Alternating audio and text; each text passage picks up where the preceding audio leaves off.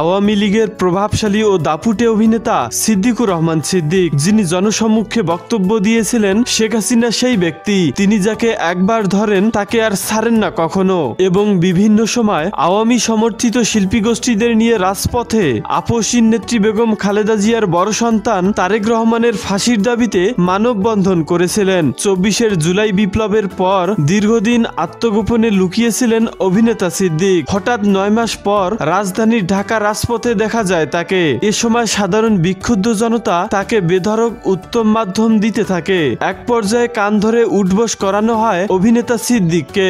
আদালতে সিদ্দিকের ১০ দিনের রিমান্ড আবেদন করেছে। ২০১৮ সালে একাদশ জাতীয় সংসদ নির্বাচনে অংশ নিতে আওয়ামী লীগ থেকে টাঙ্গাইল ১ আসনের মনোনয়নপত্র কিনেছিলেন তিনি, কিন্তু দলীয় মনোনয়ন না পাওয়ায় নির্বাচনে অংশগ্রহণ করেননি। এমনকি ব্যক্তিগত জীবনেও বিতর্কিত অভিনেতা সিদ্দিক তার স্ত্রী